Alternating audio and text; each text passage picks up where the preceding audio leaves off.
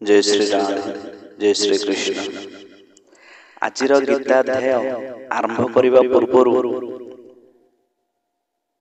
आमे गोटे छोटिया कथा जहाँ आपण गोटे गल्प बोली भाभी पारंती किंबा गोटे सत कथा भाभी पारंती किंबा गोटे नीति शिक्षा मूलक गोटे छोट कथा बोली भाभी पारंती। तो ताहले से कथाटी कौन?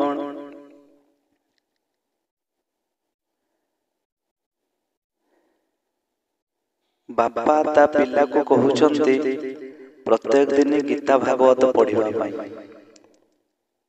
ए कथाटी मो पिला दिन सुनिथिली तो आपण मानक सहित शेयर करूची।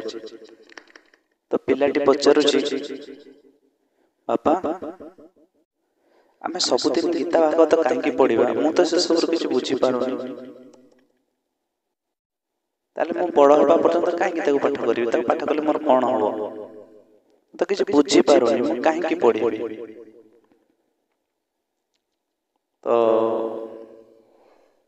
बापा तार क्वेश्चन रा आंसर कोन देबे भाबुचंती जानि पारु नथांते, किंतु पिलाटी रा जेजे सेई पाखरे बसिथिले से ताको डाकुचंती, अरे नातिया सुन, आउ तू गलु से गोटे छोट तांकर गोटे जो चालुणी अछि धान चला होची सेठी से ताको कहले, अरे गलो से चालुणी टारे टिके पानी आनिमु। से भाबिला कहला, जे तमे कोन पागल हे गेला ना कोन? चालुणी टारे कोन पानी आनिबि? से तो भोई जीवो। अरे आने टिके तो आसीबो, टिके ओणे कि आनिबो, टिके तो आसीबो को पट आने एमती भाबरे ताको कहिजन ना तू आनिकिरी जदि ए गिलासटा जदि पूरण कर दबो टिके टिके हो पछे के पाखर पाइप अछि आनिकिरी पूरण कर दबो जदि ताहाले मु तते आर उत्तर दे देबी काहे के हम गीता भागवत पढिबा। पिलाटीरा उत्कंठा टिके बढ़ी गेला। से कोन कला ना चालुणीटा को भलो ध्यान रे आनिकी पूरा चालुणीर करपटर जो कोणा अछि टिके अणे देले त टिके पानी रहउछि ना। से कोन कला ना एमती बारंबार करिया भितरे पाखा पाखी गिलास तो पुरला नहीं, किंतु गिलास पाखा पाखी ही गला। कहला जे आउ मु पानी आनी परिबे एते थरो आनले आउ त मते एति टिके कहि दे। जे सेटो हसिले कहले, अरे नातिया सुन, चालुणटा देखिलु किमि देखा जाउ जे जे परिष्कार हे गला एते थरो पानी आनी न जे सेठी कहले, ए गीता भागवत सब बेला में बुझे कि न बुझे जदि हमें सब बेला पाठ करूथिया ताले आमे भी सेही भली भाबरे परिष्कार हे जिबा। सती पई तो गीतारे कहला, मळ निर्मोचनं पुंसा जल स्नानं दिने दिने सकृद्गीतं भजि स्नानं संसार मलनाशनं। तेणु आजिर गीताध्याय एई सब जोटी हमको जीवनर मानदंड जीवन के भाव चलवा ये सब भीतर दे गीता ज्ञान आमको ज्ञान दे था। गीता पाठ कहीं ज्ञान कह जाए ना, सी आमको यह भाव ज्ञान दे था आमर दैनंदिन जीवन में चलवाई से बाट देखे दे था। तेणु ताको गीता ज्ञान बोली ही कह जाए, कहीं ना जा स्वयं भगवान मुख निश्रुत वाणी गीता ज्ञान ठार ज्ञान कौन सी ही नहीं आम जीवन रे। तेणु आमे जो एकादश अध्याय विश्वरूप दर्शन जोग जाय जाइथिले किछि श्लोक, आज भी आउ किछि जिबा सेई गुरु गोविंदंकर चरण को ध्यान करी सेई भगवानंकर मंद मंद स्मित हास्य को आख्या करे रखी आमे आगे जिबा गीताध्याय भीतर को। ओम गुरुर् ब्रह्मा गुरुर् विष्णु गुरुदेव महेश्वर गुरु साक्षात् परम ब्रह्म तस्मै श्री गुरुवे नमः। हे कृष्ण करुणा सिंधु दीनबंधु जगत्पते गोपीश गोपिकान्त राधा कांत नमोस्तुते। तप्त कांचन गौरांगी राधे वृंदावनेश्वरी वृषभानुसुते देवी प्रणमामि हरिप्रिये।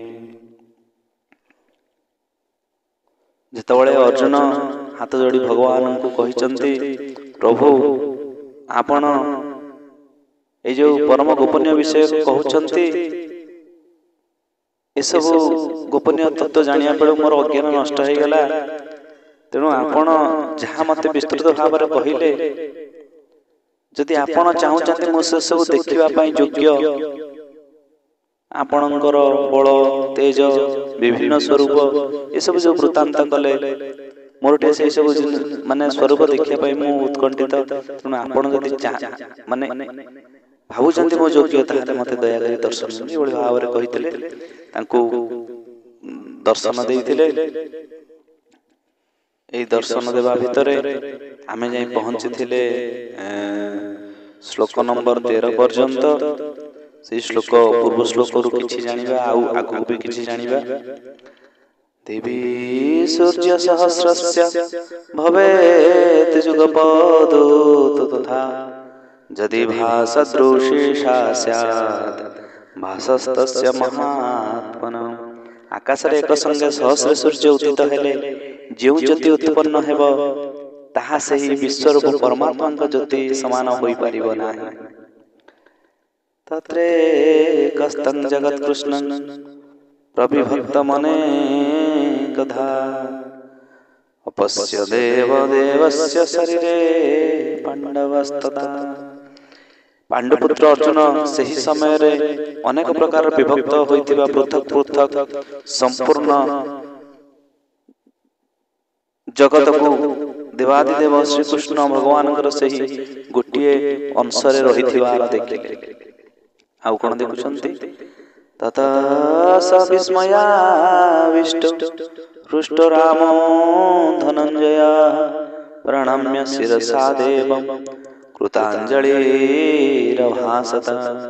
ତାପରେ ଆଶ୍ଚର୍ଯ୍ୟଚକିତ ଓ ପୁଲକିତ ଶରୀର ସେଇ ଅର୍ଜୁନ ତେଜମୟ ବିଶ୍ୱରୂପ ପରମାତ୍ମାଙ୍କୁ ଶ୍ରଦ୍ଧାଭକ୍ତି ସହିତ ନତମସ୍ତକ ହୋଇ ପ୍ରଣାମ କଲେ ଓ ହାତ ଯୋଡ଼ି ସ୍ତୁତି କରିବାକୁ ଲାଗିଲେ। ଅର୍ଜୁନଙ୍କର ସ୍ତୁତି କଣ ଥିଲା?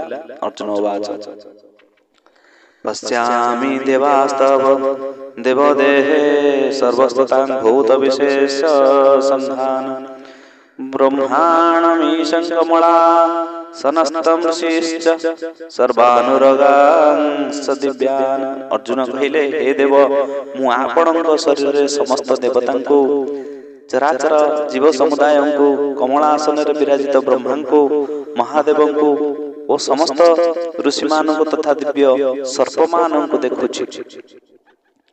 ଅନେକ ବାହୁ ଦରବକ୍ତ୍ର ନେତ୍ରଂ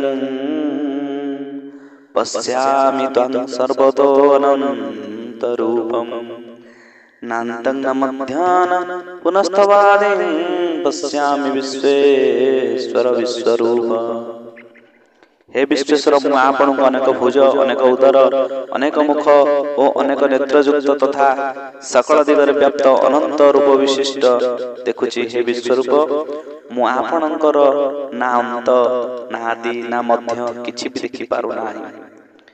କରୀଟିନଂ ଗଦିନଂ ଚକ୍ରିଣଂ ଚ ତେଜୋରାଶିଂ ସର୍ବୋତ ଦୀପ୍ତିମନ୍ତଂ ପଶ୍ୟାମି ତ୍ୱଂ ତୁ ନିରୀକ୍ଷ୍ୟ ସମତାତ୍ ଦୀପ୍ତନଳାର୍କଦ୍ୟୁତି ପ୍ରେମୟଂ। ହେ ବିଷ୍ଣୁ, ଆପଣଙ୍କୁ ମୁଁ ମୁକୁଟଧାରୀ, ଗଦାଧାରୀ ଓ ଚକ୍ରଧାରୀ ତଥା ସବୁ ଦିଗରୁ ପ୍ରକାଶମାନ ତେଜପୁଞ୍ଜ, ପ୍ରଜ୍ୱଳିତ ଅଗ୍ନି ଓ ସୂର୍ଯ୍ୟ ସଦୃଶ ଜ୍ୟୋତିର୍ମୟ, ଦୁର୍ନିରୀକ୍ଷ ଓ ସବୁ ଦିଗରୁ ଅପ୍ରମେୟ ସ୍ୱରୂପ ଦେଖୁଛି।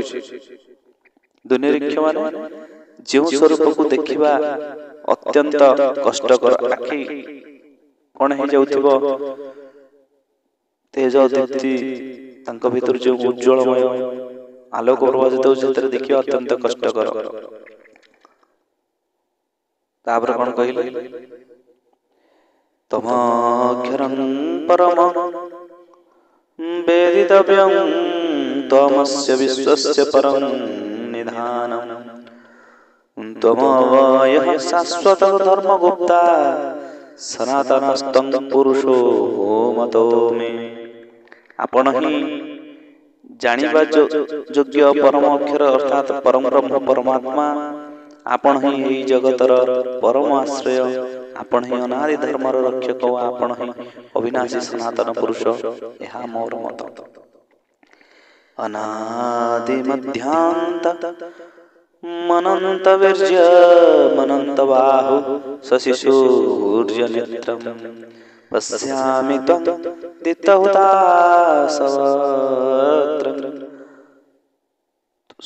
स्वतेजसा विश्वमिदं तपन्तम्।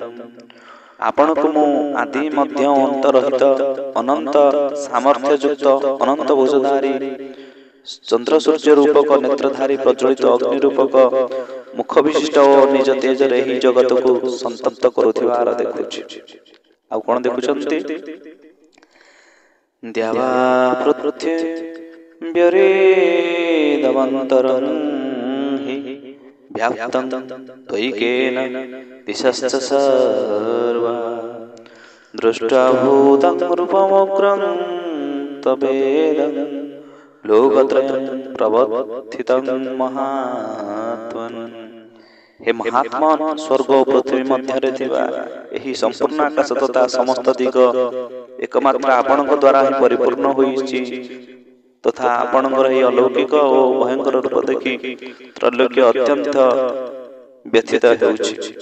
तेणु एही भली भाबरे अर्जुन भगवान कृष्णंकर सही दिव्य विश्वरूप बा दिव्य स्वरूप को दर्शन करुचंती। सेतबळे से विश्वरूप को देखि माने भय रे कातरित हो जाउछंती। भय माने कोन? तांको आखि झलसे उछि, से देखि पारु नाहांती। तेणु से भगवान विभिन्न स्तुति करिछंती। आगामी अध्याय रे आउ किछि स्तुति जानिबा भगवानंकर अर्जुनंकर मुखरु जहा स्तुति आसीछि। तेणु आजिर गीता अध्याय को आमे माने एठी रखिबा।